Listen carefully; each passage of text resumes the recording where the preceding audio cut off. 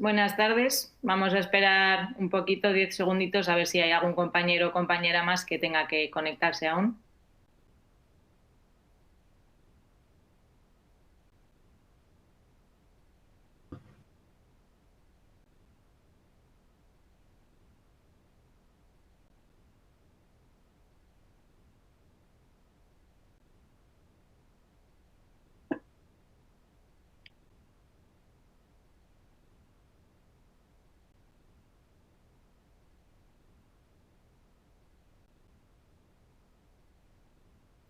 Muy bien, buenas tardes. Soy Laura García Irureta Goyena, del Departamento de Comunicación y Marketing de Policlínica Guipúzcoa, y voy a moderar este webinar sobre la detección precoz de la diabetes tipo 2. Vamos a tener con nosotras a la doctora Teresa Serrano Muñoz, que es licenciada en Medicina y Cirugía especializada en Endocrinología y Nutrición por la Universidad de Granada. También es licenciada en Farmacia por la misma universidad. Su trayectoria profesional combina tanto la sanidad pública como privada, en el Servicio Vasco de Salud Osakidetza y el Grupo Hospitalario Quirón Salud. Además, es miembro de la Sociedad Española de Endocrinología y Nutrición. Y además vamos a contar con la doctora Mireia Zulueta, que reside en Boston y es la directora médica y científica de PATIA desde el año 2013. Mireia González es doctora en Biología Molecular por la University of Southern California y tiene un máster en Biotecnología por la Universidad de Navarra y además es licenciada en Medicina por la Universidad del País Vasco. Ha sido directora del Departamento de Investigación más Desarrollo y del Departamento de Biomaker Discovery de empresas biotecnológicas californianas como AG Therapeutics y PPD Biomarket Discovery Science. Ha dirigido la Oficina de Desarrollo de Negocio de APWA, Alliance for the Prudent Use of Antibiotics, en el Tufts Medical Center en Boston, y es responsable de los proyectos de medicina personalizada en la Oficina de Transferencia de Tecnología en el Mount Sinai Hospital y en el Hospital de Toronto. Entre los numerosos premios recibidos destacan los siguientes: el Heidelberger Predoctoral Award, el Women in Cancer Research, el Boehringer Ingelheim Postdoctoral Award for Research in Biomedicine. Bueno, un sinfín de títulos, y ya sin más dilación vamos a dar paso a la doctora Teresa Serrano. Hola, buenas tardes a todos. Bueno, pues estamos esta tarde aquí reunidos para hablar de la relación que existe entre la diabetes y el COVID-19 y para buscar estrategias sobre cómo prevenirla, y hablar también pues del test genético desarrollado por PATIA, pues que nos puede ayudar en esta labor.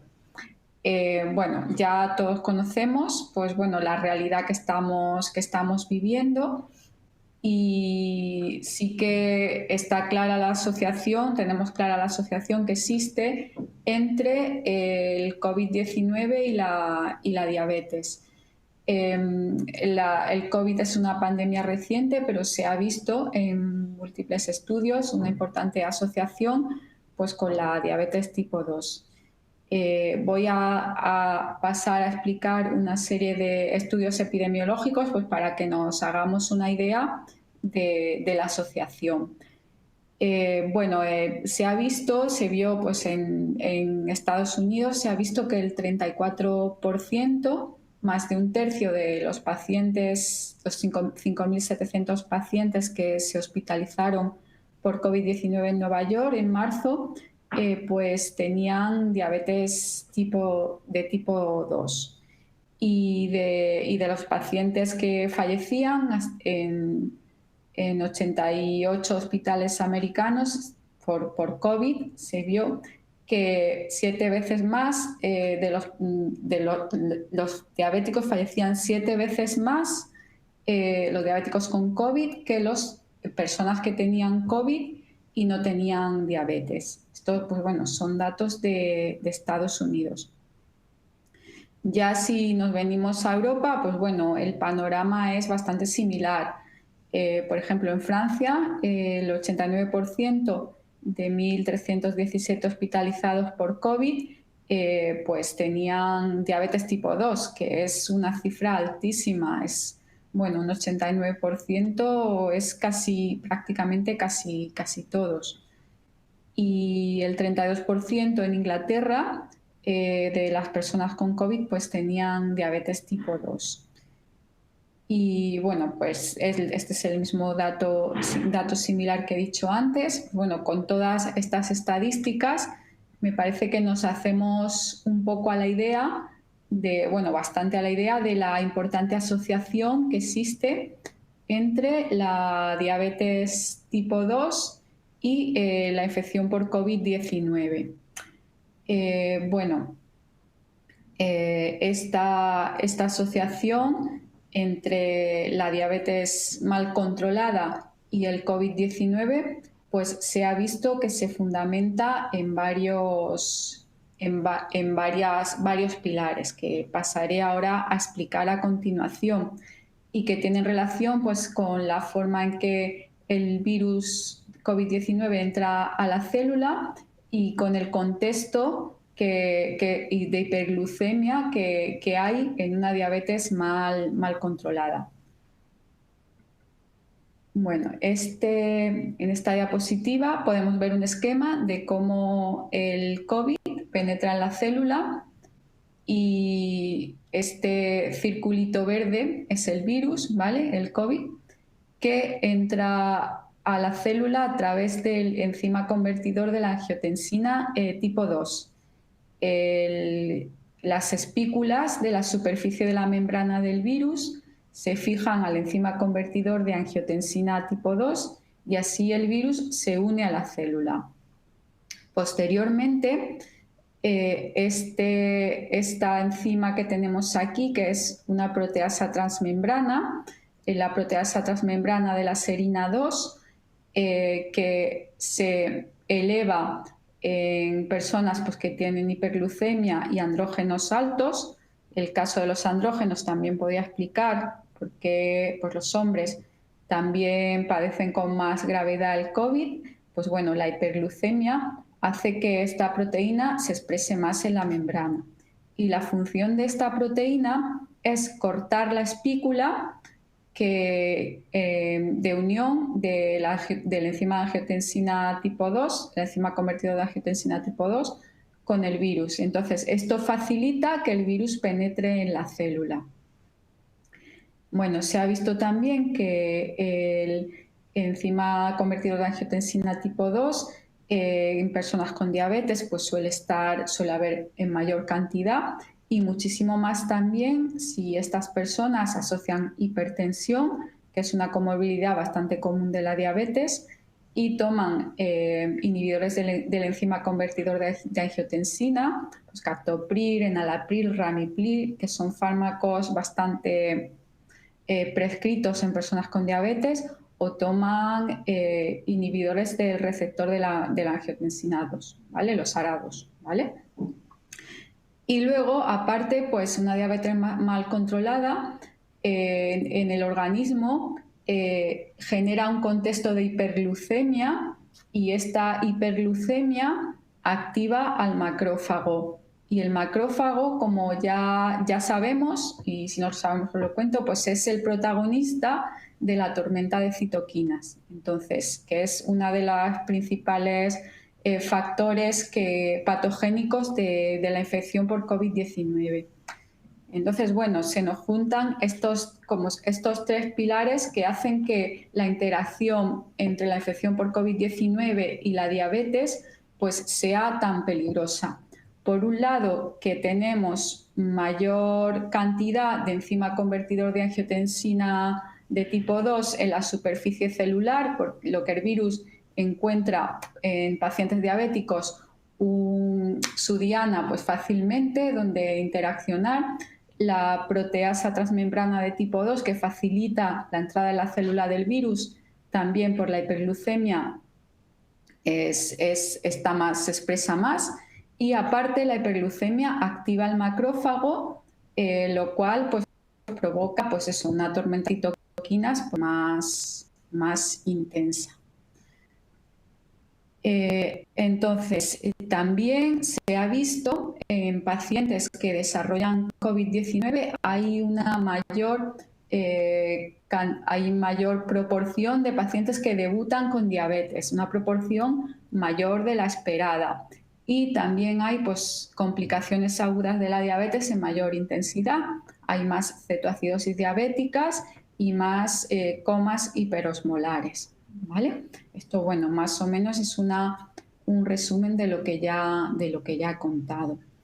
Y pues bueno, tanto la diabetes como el sobrepeso como la hipertensión son patologías que agravan la infección por COVID-19, hacen que sea más grave en la persona que la padece.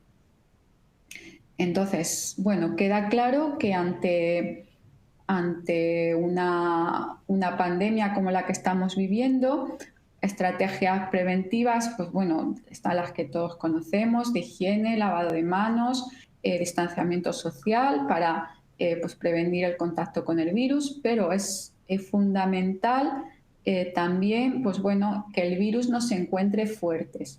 Y para que el virus no se encuentre fuertes, pues es imprescindible tener pues estas comorbilidades que agravan la infección por COVID-19 pues controladas. Y una manera de conocer nuestro riesgo de desarrollar diabetes y de tener una herramienta que nos ayude a ser eficientes en la prevención y en el control y tratamiento de la diabetes, pues es el test genético del que os vamos a hablar esta tarde. Bueno, pues el test Diabetes Predict lo que hace es es una intervención para prevenir la diabetes tipo 2 y en caso de que haya una diabetes tipo 2, darnos estrategias para ser lo más eficientes posible para tratar esa diabetes. Bueno, este test se desarrolló, es parte del proyecto Sigma, que para que os cuente la historia de cómo se desarrolló el test, pues voy a pasar la palabra a mi compañera Mireia, que ella lo ha vivido de primera mano, y le cedo la palabra y después pues yo sigo contando pues, más cosas de este test. Sí, gracias, Teresa. El proyecto Sigma, lo que es la palabra SIGMA, es un acrónimo que corresponde a palabras en inglés, significa Slim Initiative for Genomic Medicine in the Americas, y es un proyecto financiado por la Fundación Slim en México, con foco de avanzar en los descubrimientos en genómica y en genética de aplicación a enfermedades crónicas, principalmente la diabetes tipo 2. Y a nivel de operativo, la Fundación Slim proporcionó todo el apoyo económico a investigadores del Instituto Broad aquí en Boston. El Instituto Broad está asociado a la Universidad de Harvard y al MIT, al Massachusetts Institute of Technology. Este proyecto comenzó aproximadamente hace ya 9 años, aproximadamente 9-10 años, y tras 3 años hubo datos importantes a nivel de qué es diferente en el genoma de personas que tienen diabetes tipo 2 y personas que no tienen diabetes tipo 2. Entonces nosotros, el equipo de PA, en colaboración con los investigadores del Broad y con la Fundación Slim, lo que hicimos fue buscar aquellas variantes genéticas de mayor impacto en diabetes tipo 2, y nuestro foco es translación, es decir, estos descubrimientos, llevarlos de forma más eficaz y efectiva y rápida en el tiempo al paciente. Entonces, con fundación, con funding, con fondos de Slim y investigadores del Broad Institute, creamos una cohorte, un database muy amplio de variantes genéticas con relevancia en diabetes tipo 2. Y de ahí, de ese database que para la cual utilizamos como aproximadamente 12.000 casos.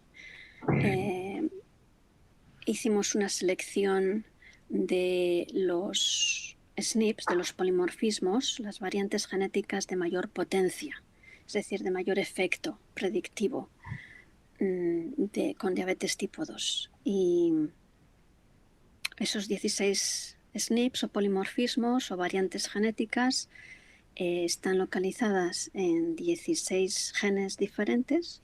Los conocemos muy bien a nivel de función, a nivel de dónde están en el genoma, qué potencia de asociación tienen a diabetes tipo 2, y son los que hemos combinado para crear un test de alto performance, el comportamiento de robustez. La robustez del test es muy aceptable en este sector. La robustez se mide por un marcador que lo llamamos AUC, Area Under the Curve, el área debajo de la curva, y es muy aceptable, es de 0.82.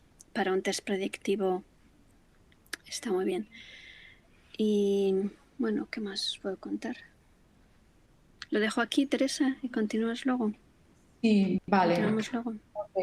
Sí.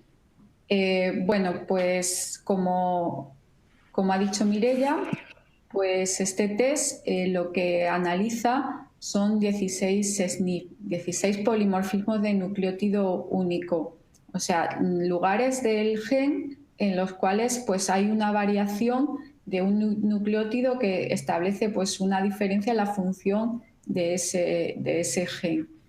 Y pues para hacernos el test es un test de ADN. Necesitamos pues una muestra de alguna célula. Entonces podemos coger una muestra de células epiteliales de la cara interna de la mejilla con un escobillón, o se puede hacer con una analítica de sangre. Y pues bueno, su misión es pues eso, identificar en función de la presencia de los distintos SNPs, de los distintos cómo están construidos esos genes, hacer una estimación del riesgo junto con datos también fenotípicos y analíticos como la hemoglobina glicosilada, el índice de masa corporal del paciente. O sea, todos estos datos se incluyen en un algoritmo que nos da un porcentaje de riesgo de diabetes que tiene esa persona. Bueno, entonces, pues la misión de este test pues es eso. Lo primero es identificar personas con alto riesgo de diabetes, pues para una vez conocido su genotipo, y pues dar estrategias para prevenir y controlar la enfermedad, porque también nos da información en cuanto a farmacogenética, de qué fármacos pueden ser más eficaces para tratar pues, la diabetes que tiene este paciente. Y bueno, pues también da una motivación extra pues para adherirse a un estilo de vida pues más saludable, porque da unas recomendaciones personalizadas y basadas realmente en la genética. Entonces, pues bueno, es mucho más, unos consejos mucho más personalizados que los habituales. Y también pues, nos permite pues, lo que es una intervención temprana. Entonces, de esta manera, pues optimizamos el control y el tratamiento de la diabetes y, bueno, pues personalizamos al máximo. Luego también hay un grupo de personas en los cuales es de mucho interés este test, que son las mujeres con diabetes gestacional y los hijos de esas mujeres que son hijos de madres que han padecido una diabetes gestacional durante el embarazo. Pues bueno, porque como ya sabemos, por la diabetes gestacional, el antecedente personal de diabetes gestacional se desarrolla a un riesgo de hasta el 50% de tener una diabetes tipo 2 a lo largo de la vida, y los hijos de madres con diabetes gestacional, pues ya sabemos que tienen también más riesgo de diabetes. Pero conocer ese riesgo en detalle, en qué puntos está el riesgo, nos da pues muchas más herramientas pues, para individualizar las recomendaciones. y bueno, pues hacer intervenciones pues para minimizar el riesgo. Aquí, pues esto es un esquema del informe que obtenemos después de hacernos el test. En esta primera hoja, veis aquí la rayita que se ve verde, amarilla y roja, ¿no? Pues aquí nos dice, una vez combinada toda la información del genotipo, de la hemoglobina glicosilada, de los datos fenotípicos, pues obtenemos qué porcentaje de riesgo de desarrollar diabetes tiene esa persona. Y puede tener un riesgo bajo, puede tener un riesgo intermedio o puede tener un riesgo alto. Pues las personas con riesgo bajo que se cuiden sin más, bueno, ya también conocemos su constitución genética, y en las personas de riesgo intermedio y alto, pues bueno, aquí sería donde tendríamos que actuar. En la siguiente página, pues vemos el listado de los distintos genes que se analizan, y en rojo están los nucleótidos que implican un mayor riesgo de que ese gen, pues bueno, pueda ser causante de una diabetes tipo 2. Y también, pues, aquí podemos ver pues, en qué punto de todo lo que es el metabolismo de los hidratos de carbono y de la sensibilidad a la insulina, pues se actúa o se sitúa ese gen. Y en esta tercera página, pues ya tenemos las recomendaciones personalizadas, pues en función pues, del genotipo, del fenotipo, de toda la información que hemos integrado con la realización del test. Aquí, pues bueno, podemos ver en más detalle la página en la cual se describen pues, las variantes genéticas que nos pueden salir. Estos son pues, los 16 genes. Aquí pues esta persona los tiene todos en rojo. Esta persona tendría mucho riesgo, ¿vale? Entonces, pues vemos los genes que se relacionan con una disminución del número de células beta, los genes que se relacionan con una función reducida de la célula beta, lo cual generaría pues, una producción alterada de insulina, y luego pues, los genes que se relacionan pues, con obesidad y con aumento de resistencia a la insulina. Pues los que tengamos en rojo implicarán un mayor riesgo en ese punto, y si está en negro, pues bueno, pues no será un riesgo moderado o bajo. Y aquí pues vemos un ejemplo de las recomendaciones de cómo se personalizan. Por ejemplo, si tienes una copia de riesgo del CDKN2A2B, pues por ejemplo estaría indicado un suplemento con resveratrol. Pues entonces esta persona pues estaría bien pues que tomase pues eso, este tipo de suplemento para prevenir el riesgo de diabetes. Y pues una serie de suplementos también, según que personalizamos según los genes que tenga esta persona. Y pues bueno, recomendaciones de ejercicio físico, pueden, según el polimorfismo de gen, pues puede interesar un ejercicio más aeróbico o un ejercicio más anaeróbico o más ejercicio de fuerza. Pues ya en función del tipo de gen, pues se recomendaría un tipo de ejercicio concreto de cara a reducir el riesgo de diabetes. Y bueno, pues eso, la finalidad de este test pues es el romper el nexo que existe entre la diabetes y la gravedad del COVID, disminuyendo la susceptibilidad individual de desarrollar una infección grave por COVID-19, mantener la normoglucemia, o sea, siendo lo más eficientes posible pues con las acciones que tomemos, y pues eso, prevenir la diabetes, y en caso de que la persona haya desarrollado una diabetes, pues ser lo más eficientes posible en el tratamiento. Pues por ejemplo, aquí en los ejemplos anteriores no se ha visto, pero si hay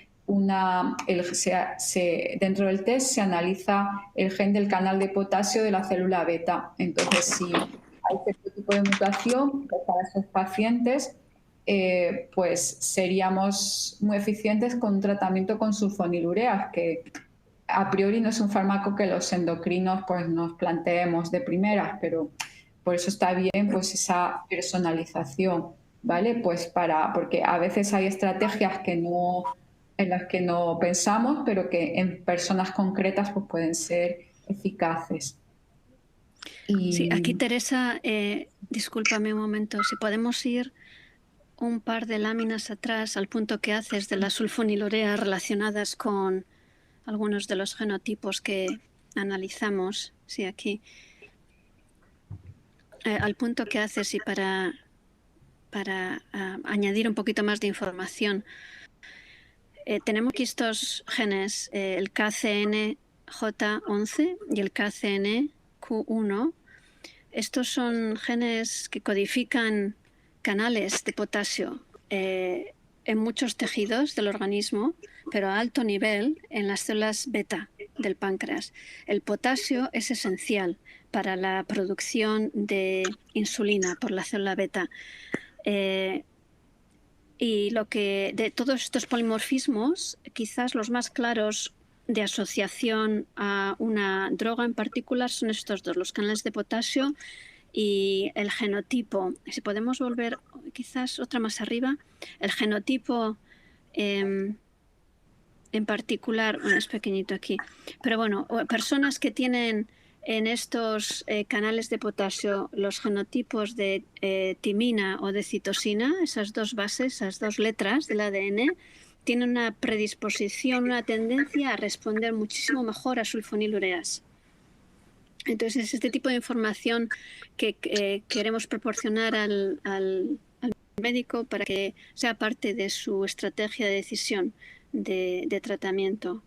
De forma similar, pero distinta a su vez, cuando tenemos genotipos en el gen FTO, es otro de los polimorfismos que estamos analizando, hay variantes genéticas en este gen, el FTO, que analizamos, que nos indican que la respuesta a metformina pudiera ser más elevada, pudiera ser mejor en el paciente. Y así podemos ir uno por uno y ver cómo cada uno de estos SNPs o polimorfismos pudieran asociarse a mejor o peor respuesta a una medicación, a efectos secundarios también. Así, para daros otro detalle, tenemos otro gen. Estoy buscando. Si vas a la lámina anterior, por favor, lo llamamos WFS1. El nombre es igual, pero el punto que quería haceros aquí es que cuando vemos un genotipo, un polimorfismo de C, la citosina, la letra C, citosina, nucleótido en el ADN, estas personas tienen una tendencia a una disfunción renal y algo también a tener en cuenta, ¿no?, para el uso de tercera generación de medicamentos antidiabéticos que actúan sobre todo a nivel de la reabsorción de glucosa por el riñón. Aquí hay mucho que os podríamos contar, pero el punto que quería hacer, además de lo que dice Teresa, es reforzar que estas recomendaciones basadas en genotipo nos pueden ayudar a no solamente pensar en intervenciones muy concretas y muy particularizadas a la nutrición, al ejercicio físico, pero también a ciertos medicamentos.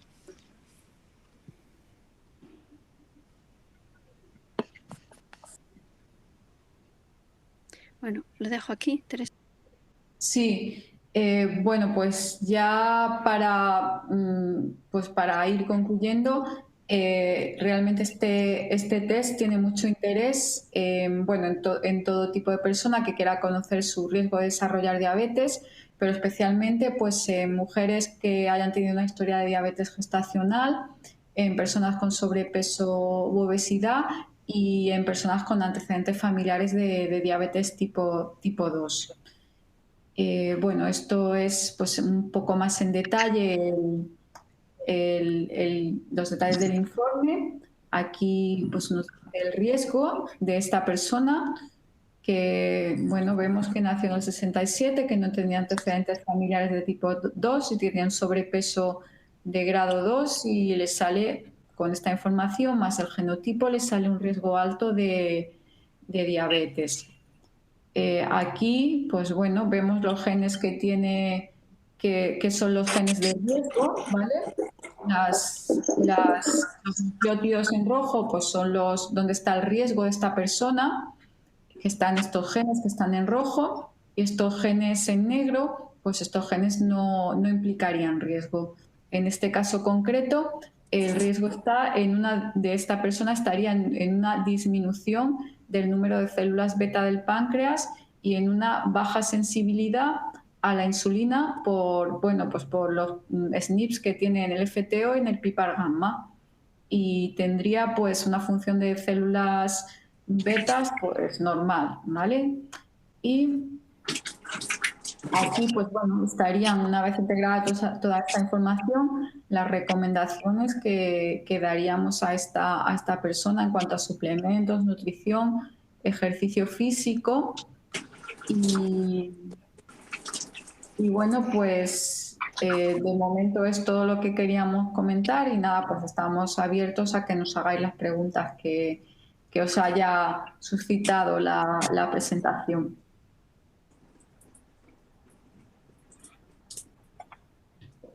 Muy bien, muchas gracias a ambas por estar hoy aquí y esta presentación. Tenía una pregunta para la doctora Teresa Serrano y es si el suplemento de vitamina A no debería estar contraindicado durante la diabetes gestacional por el posible riesgo de teratogénesis que pueda tener.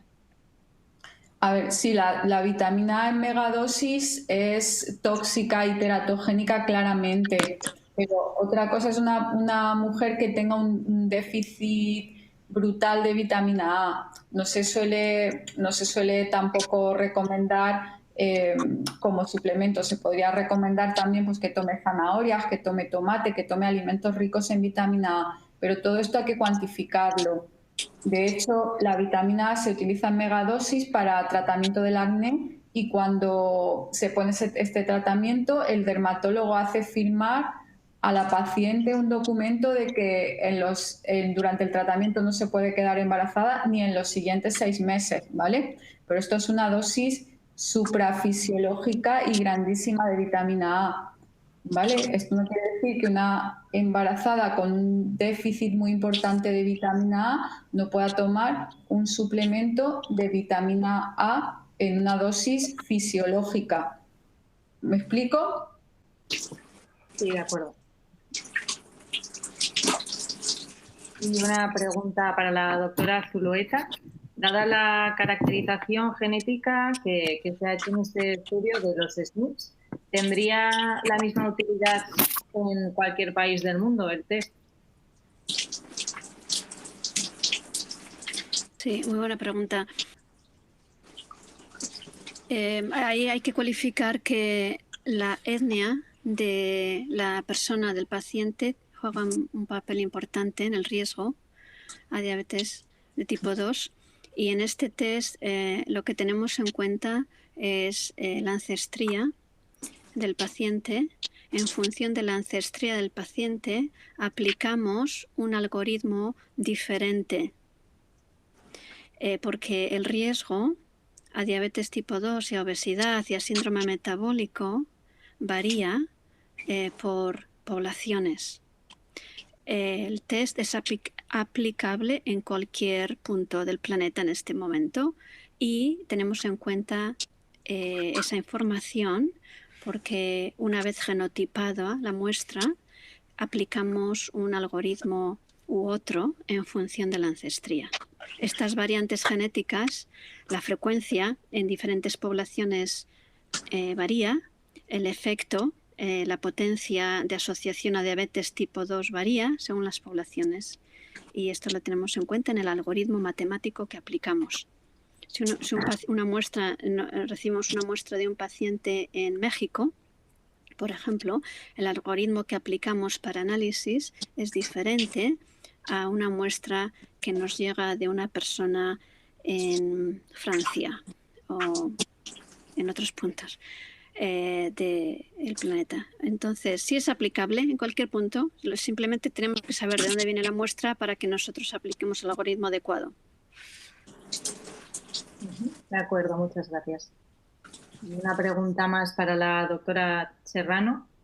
¿De qué forma, cómo pueden los probióticos influir en la prevención de una diabetes mellitus de tipo 2 y qué probióticos se recomendarían en dicho caso? Los probióticos, bueno, está clara la asociación de la obesidad con la diabetes tipo 2 y se ha visto bueno, en función de la microbiota intestinal, pues en función del metabolismo de esa microbiota, si es más fermentador o menos fermentador, pues hay mayor o menor tendencia a la obesidad, ¿vale? Entonces la obesidad evidentemente es un factor de riesgo muy importante para la diabetes tipo 2. Entonces, en función también de la microbiota intestinal que tenga esta persona, pues bueno, pues hay mayor o menor riesgo de diabetes tipo 2. La microbiota y el genotipo de la microbiota, el genotipo de la persona se comunican y según el genotipo de la persona hay más tendencia a tener cierta afinidad por cierta microbiota. Entonces, pues bueno, en función de ese genotipo, pues podemos también hacer recomendaciones. ¿Y se recomendaría en dicho caso algún probiótico concreto, alguna cepa? Porque hay un montón de probióticos. Bueno, pues en el caso concreto, habría que ver, pues en el caso concreto de la persona, cuál se recomienda según el genotipo y según los que tenga, pues habría que ver. Muchas gracias. No sé si mis compañeras o compañeros tienen alguna pregunta más. Sí, yo tengo una pregunta. Quería preguntarles a las doctoras si se me oye, ¿verdad? Si aunque la genética no cambia, está claro que el estudio se hace una vez en la vida. Si los datos clínicos que se utilizan para hacer el algoritmo que estima el riesgo cambian, o sea, si por ejemplo una paciente se pone a dieta, el riesgo de ese paciente para diabetes tipo 2 se modifica. Por supuesto, claro que se modifica. Si no se modificara, no tendría sentido hacer el test. O sea, nosotros hacemos el test para modificar el riesgo. O sea, nosotros tenemos una constitución genética, pero con nuestro comportamiento podemos facilitar modificaciones epigenéticas y realmente el test, pues eso, se hace para saber cuáles son como si dijéramos, nuestros tendones de Aquiles, ¿no? Para ir ahí a reforzar, ¿no? A actuar. Aquí tan solo añadir que el test, el genotipado, es decir, qué letras de ADN una persona tiene, se realiza una vez. Pero el recálculo del riesgo, del score de riesgo, se puede analizar muchas veces en función de cómo cambia el peso, uno de los factores, cómo cambia el peso de la persona. Entonces, el score de riesgo va a variar en función del peso. La genética, las secuencias de ADN no van a cambiar. O sea, el genotipado se realiza una vez, pero el algoritmo se puede aplicar muchas veces diferentes y además es, yo diría, aconsejable, recomendable correr el algoritmo otra vez para ver el riesgo cómo varía según el peso de la persona cambia. Gracias. Sí. ¿Alguna pregunta más? No sé si se me oye.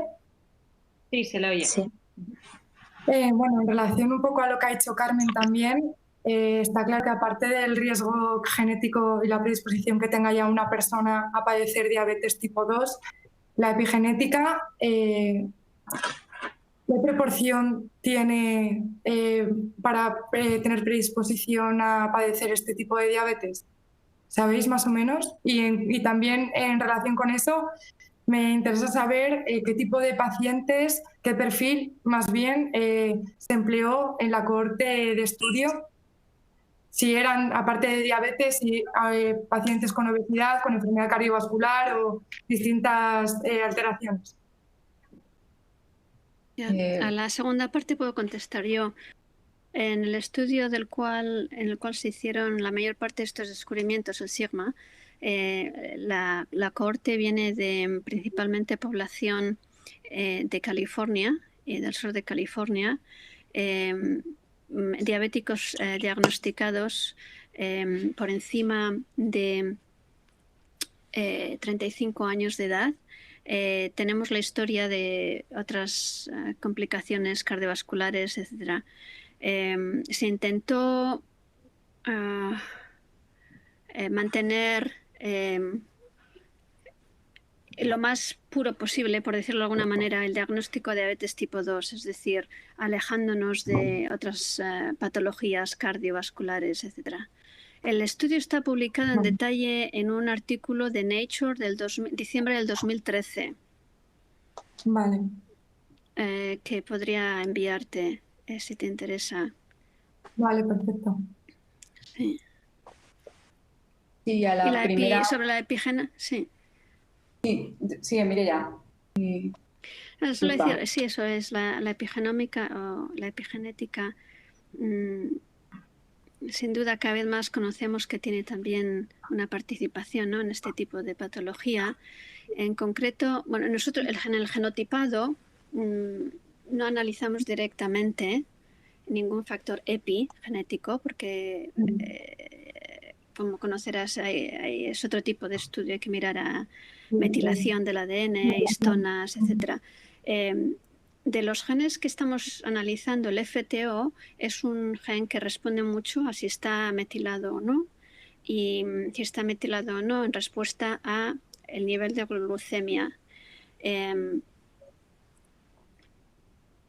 La manera en la que yo miro esto es que el genotipo no nos va a dar información sobre el estado epigenético de estos genes, pero la manera en que lo podemos relacionar es que estas intervenciones que podemos hacer en peso, en nutrición, en ejercicio, etc., van a modificar los fenómenos epigenéticos, sobre todo en el FTO de los que tenemos.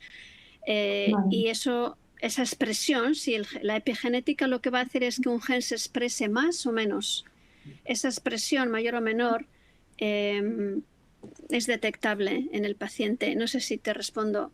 Directamente la prueba de diabetes predict no analiza epigenética. Indirectamente podemos inferir algunos fenómenos epigenéticos, pero el genotipo pues es la secuencia. Sí. Cualquier persona, aunque no tenga antecedentes, se puede realizar este test. O sea, no... Sí. Sí. De hecho, en un bebé, en un recién nacido, se puede hacer tan pronto como sea posible este test para evaluar la predisposición, la tendencia genética a obesidad y a diabetes. Es decir, eso es un punto importante. Personas con factores de riesgo sin duda son candidatos, como te has explicado, y cualquier persona, aunque no haya factores de riesgo conocidos, también. Claro, por eso. Vale, pues muchas gracias. Sí.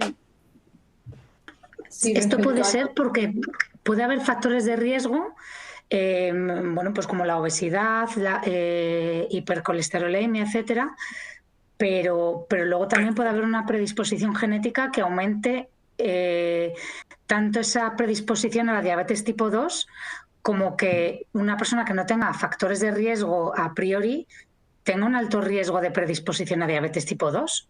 De ahí que Mireia, que comentes que incluso un recién nacido se pudiera hacer el estudio, ¿no?, como medicina preventiva. Eso es, exacto, como medicina preventiva. De hecho, tenemos datos en México, hemos hecho mucho trabajo con número alto de muestras y tenemos datos que, ¿cómo se dice?, challenging, que van un poquito en contra de este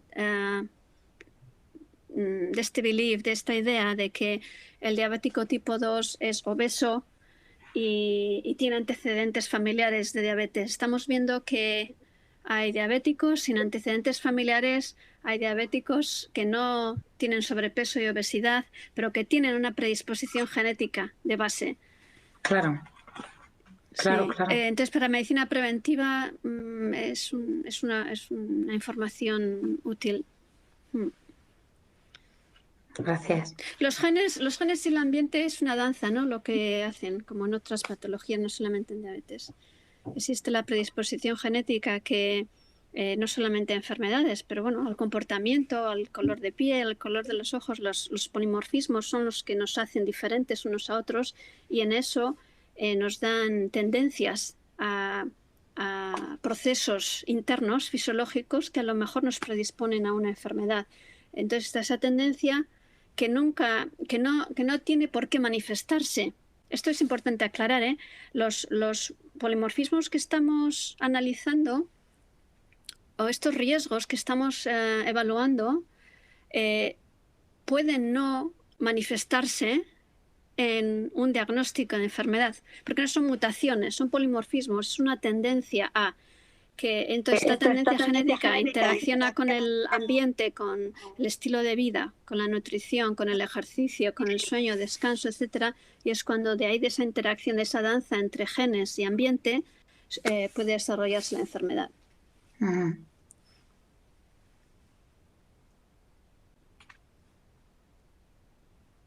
Muy bien, no sé si hay alguna cuestión, alguna duda más, algo que plantear o añadir por parte de las doctoras tampoco. ¿Tenemos algún compañero por ahí más conectado? No sé si han tenido algún problema técnico o no tienen ninguna duda. Laura, Carles, Teresa. No están, yo creo que ya se han desconectado. ¿No han tenido algún problema? Bueno, ¿me escucháis ahora? ¿Sí? Hola, sí, no, sí, estamos aquí, que no tenemos ninguna duda. Vale, fenomenal. Fenomenal. A mí me ha resultado muy interesante conocer, porque de hecho no lo sabía, que con la prueba también se podían facilitar recomendaciones de fármacos y suplementos. Sí. Sí, esto es un área que aún continuamos trabajando mucho, estamos como en la frontera, yo diría que la parte de, a mi perspectiva es que la tecnología, el genotipado, el identificar variantes genéticas es como algo muy, muy habitual, muy normal, muy conocido. Entonces el punto de innovación continúa estando en cómo estas variantes genéticas impactan o no en intervenciones muy específicas con drogas y con micronutrientes y suplementos, etc. Entonces, esta información que proporcionamos está basada en años de trabajo, de revisión, de estudios, de publicaciones, de estudios con Ns muy altas, de forma que uno empieza a entender lo que está detrás de estas variantes genéticas y cómo interacciona con las drogas. Y bueno, dicho esto, no todas las drogas de diabetes para tratamiento de diabetes tienen una variante genética asociada en la que podemos decir una cosa u otra, pero las sulfonilureas, para concretar en sulfonilureas, se ha hecho mucho trabajo, en metformina se ha hecho mucho trabajo, en los DPP-4 inhibitores y también hay cada vez más datos sobre genotipo. Pues es curioso, ¿no? Que la parte nutrigenómica de nutrientes está muy conocida. Quiero decir, hay muchos datos en ese área. Suplementos, nutrición, ejercicio físico y la parte de farma es más, está aún evolucionando. Pero digo que me parece curioso que habiendo ya un estudio de farmacogenética asociado a un fármaco como la metformina, que es tan común entre los pacientes de diabetes tipo 2, que no se les haga este estudio antes de ponerles en tratamiento, es curioso. Hombre, en el caso... Sí, ¿verdad? Sí, bueno, en el caso concreto de la metformina es un poco ensayo y error. Por defecto se pone la metformina porque es un fármaco barato y que han demostrado pues bueno, es un fármaco como la primera línea en diabetes. O sea, yo veo más sorprendente para el endocrino el tema de la sulfonilurea, porque es un fármaco que a priori un endocrino no se plantea. Claro. Y de hecho, más bien los endocrinos lo que hacemos es quitarlas, la sulfonilurea. cuando nos llega un paciente mal, o sea, la solemos más bien quitar, o cuando nos llega un paciente a la consulta, sobre todo no lo solemos, no es un fármaco que solamos pensar como de primera línea, pero sí que hay un tipo de pacientes determinados que con una diabetes precoz de primeras, pues una sulfonilurea les puede ir bien, y eso es lo que yo veo novedoso en este. Claro. Es un aporte muy importante porque de primeras pues nos vamos a los agonistas de GLP-1, a los inhibidores del SGLT2, a los fármacos más de última generación, que esos fármacos son estupendos, pero luego hay un subgrupo muy concreto de pacientes que a lo mejor con una simple sulfonilurea se van a controlar bien. Entonces, a mí me parece muy interesante este punto de personalizar. Y bueno, a priori no sabemos cuáles son, hay que hacer el test para saberlo. Entonces, pues me parece muy interesante ese punto. Sí, sí, a mí sí me lo parece también, sí.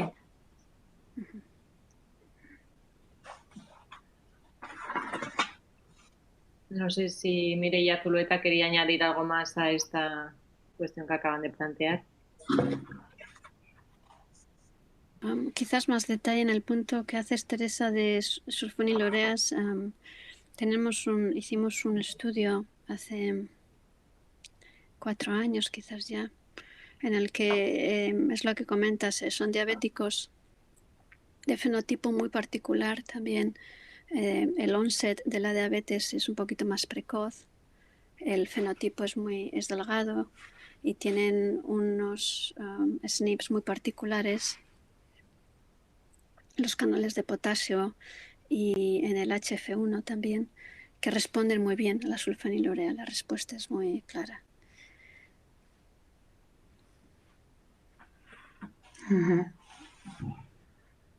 Muy interesante.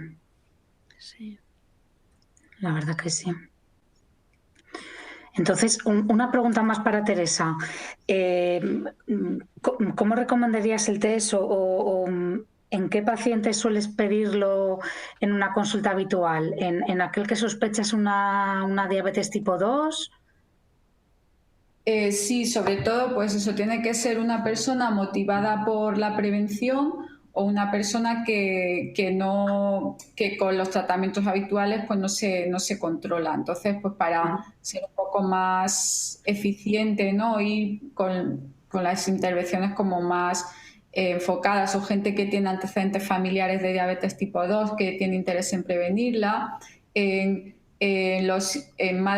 personas con diabetes, mujeres con diabetes gestacional, en el hijo de esa persona. Y bueno, siempre hay genotipos recesivos, ¿no? Que aunque no la persona, sus familiares de primer grado no sean diabéticos, pero bueno, lo mismo ha heredado algún gen recesivo de algún abuelo o algo, y bueno, es interesante ante la epidemia que vimos de obesidad, de diabetes. Yo creo que es interesante casi para todo el mundo. A ver, yo me he hecho el test y no tengo familiares de primer grado con diabetes y tal, y me ha parecido pues muy, muy interesante la información que da, ¿no? En cuanto al genotipo y tal. O sea, se lo puede hacer cualquier persona que esté interesada, porque realmente es una prueba que no es nada cruenta, porque se puede hacer pues es un test de ADN con un escobillón, frotando la cara interna de la mejilla, o si no, pues con una analítica también se podría hacer, y la información que da, pues la verdad que es bastante interesante.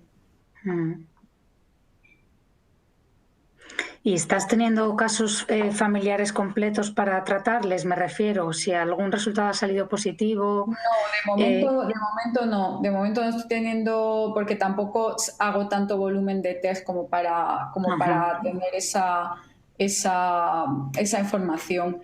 Pero sí que eso, las personas cuando se lo hacen y luego les cuentas y tal, pues se van bastante contentas, y hay gente ya pues eso que va motivada por la prevención también. Claro.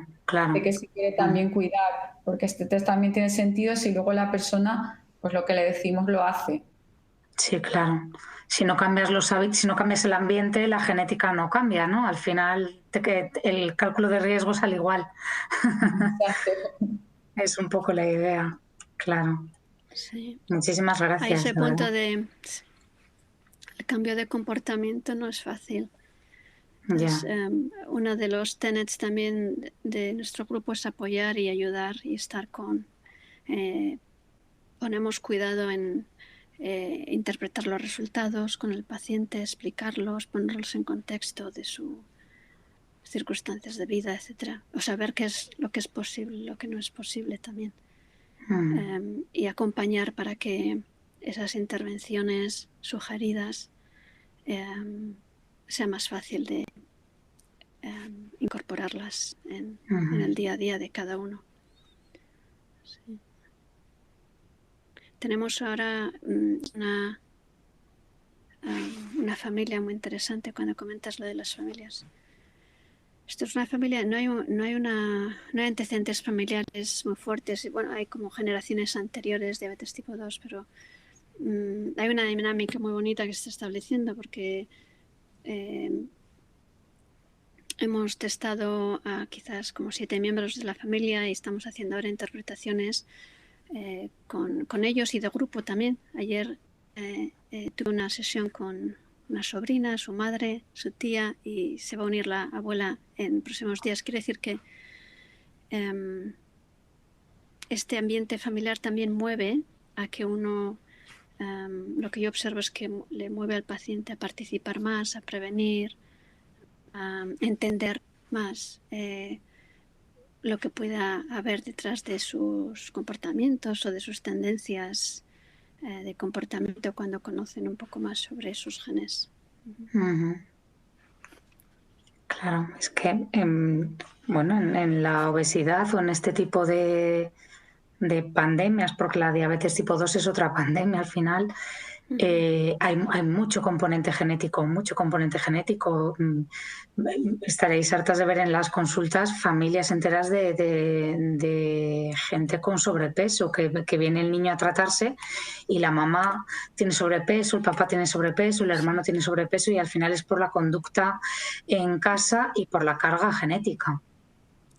La carga genética al final pues influye mucho.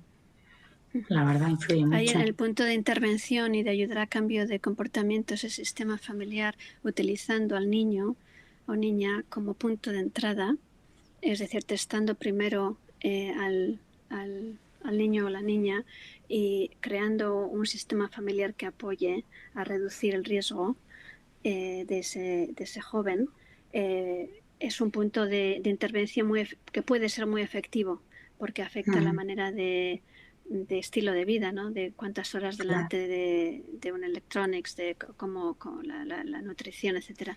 Entonces, esa intervención, ese approach a intervención de entrar por el niño primero y cómo el clúster familiar se adapta y se modifica en torno a ese niño con riesgo, es muy interesante verlo y muy efectivo como medida de intervención, de prevención de diabetes y de obesidad. Sí. Muy interesante. Bueno. No hemos hablado mucho, quizás no hemos tratado mucho de coronavirus y de COVID-19 y Teresa explicó muy bien cómo la severidad de la infección por coronavirus en pacientes con sobrepeso y con desregulación de la glucemia, la severidad es muy alta, ¿no? Entonces, ahí en esa área también creemos que hay bastante que hacer porque conociendo una predisposición genética a diabetes tipo 2, obesidad, cómo desde el punto de vista de estilo de vida, cómo nos planteamos, a ver, para decirlo de alguna manera así muy burda, cómo nos planteamos el que ese riesgo no se manifieste, porque si se manifiesta en una enfermedad, en una hiperglucemia, en un síndrome metabólico, cuando encontramos al coronavirus, que bueno, yo creo que de aquí a menos de un año el 90% de la población vamos a haber tenido contacto con el coronavirus, tengamos la enfermedad o no. Entonces ese estado de hiperglucemia o no, o normoglucemia, es clave para cómo el virus interacciona con el organismo y por lo tanto qué tipo de COVID uno desarrolla, si es severo o no hay síntomas, etc. Entonces todo ese mundo, esa realidad de el estado de glucosa y el impacto que el estado de glucosa que uno tiene ya cuando encuentra al virus es muy importante. Haya vacuna o no haya vacuna, yo creo que la importancia de la hiperglucemia y la desregulación glucémica en la interacción con el coronavirus va a estar siempre ahí, mientras exista el virus. Pues sí. Lo que pasa que yo ahí lo veo más difícil, no sé por qué, me parece más difícil concienciar a la gente, ¿no? De realizarse la prueba para prevenir. O sea, yo creo que a día de hoy la gente, a ver, es como yo lo veo, prefiere hacer un confinamiento, hacerse una PCR diagnóstica, cuanto más hacerse un test de detección precoz de algo relacionado. Entonces es más complicado todavía. Si se dieran cuenta de que enfermedades como estas son enfermedades silenciosas, que en fin, que tienen una gravedad seria, bueno, pues que tienen unas implicaciones para su salud bastante importantes, pues sí que se harían la prueba y tomarían medidas, y etcétera, etcétera. Pero bueno, de momento yo creo que ahí tenemos todavía una labor de formación, sobre todo vosotros los clínicos, bueno, gente como Teresa que conoce bien la prueba y que sabe cómo manejarla, interpretarla y pedirla en los casos que hay que pedirla y demás. Y luego, bueno, pues la labor nuestra de hacerla llegar a todos los especialistas para ponerla en valor, para que se pueda pedir en los casos en los que hay que pedirlos y poder ayudar a la gente. Poder ayudar a la gente al final, que es de lo que se trata. Y además es que es una prueba que coste-efectividad está fenomenal. O sea que no es una prueba para nada cara. Se puede incluir en los chequeos, se pueden hacer seguimientos. Como decíamos antes, lo que es el estudio genético de los polimorfismos solo se hace una vez en la vida, porque eso no cambia, y solo habría que analizar el score de riesgo. O sea, solo habría que hacer el algoritmo y con eso hacer el seguimiento del paciente.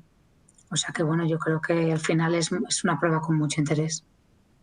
Sí, yo querría añadir con lo del COVID, o sea, es una forma de concienciar también a la población que, aparte de los riesgos de la diabetes tipo 2, de ceguera, que es la principal causa de ceguera en países desarrollados, de enfermedad renal crónica, de amputación, aparte de todos esos riesgos, aparte de la diabetes, la obesidad y la hipertensión, porque también muchos pacientes hipertensos pues están con ARA2, con IECAS, que todo esto incrementa pues el enzima convertido de angiotensina 2 en la célula, y bueno, todo esto puede suponer un riesgo mayor también de COVID. Pues concienciar que aparte de todos esos riesgos está el del COVID, que ya hemos visto los estragos que puede causar, para que la gente se conciencie de cambiar sus hábitos y disminuir su susceptibilidad, no tan, o sea, tan a todo lo que había de antes, pero además ahora a lo nuevo que hay. O sea, y no es algo que sea un tratamiento agudo, sino que es un cambio lento que se tiene que hacer, pero que hay que empezar a hacerlo en algún momento. Entonces, pues bueno, este momento pues ha puesto en evidencia, pues aparte de todo lo que ya sabíamos de los riesgos que tenía pues todos estos trastornos metabólicos, el riesgo adicional con la infección por COVID-19. Sí, así es. Sí. Muchas gracias. La última duda. Bueno, habéis dicho que con la hiperglucemia aumenta la proteasa transmembrana, ¿no? Los niveles de esta molécula. No estoy muy puesta en el tema, solo por saber si hay fármacos que se dirigen específicamente a esta molécula para disminuir los niveles, y con ello también estaríamos mejorando la diabetes y disminuyendo el riesgo de COVID, ¿no? Pues hasta donde yo sé, no sé, Mireia, no sé si sabrá si hay alguno. Hasta donde yo sé, no hay fármacos que específicamente se estén utilizando en el COVID-19 para inhibir la expresión de la proteasa transmembrana de la serina 2, ¿vale? Entonces, sí que lo que se está utilizando ahora en el COVID pues, es el tocilizumab, son antiinflamatorios, se están usando creo que pulsos de corticoides y heparina de bajo peso molecular pues para el síndrome antifosfolípido, el cuadro similar al síndrome antifosfolípido que puede producir el COVID, pues pues bueno, pues tenerlo bajo control. No tenemos tratamiento ahora mismo ninguno para el COVID. Todo es un poco ir probando de momento. Vale, gracias. Hay moléculas en investigación que hacen targeting, están dirigidas específicamente a la proteasa, pero son estudios en investigación, no está aún nada aprobado por la FDA o no se pueden aún aplicar en la clínica, pero hay investigaciones, sí, porque como tú has visto, lógicamente es un lugar de entrada. Vale, gracias.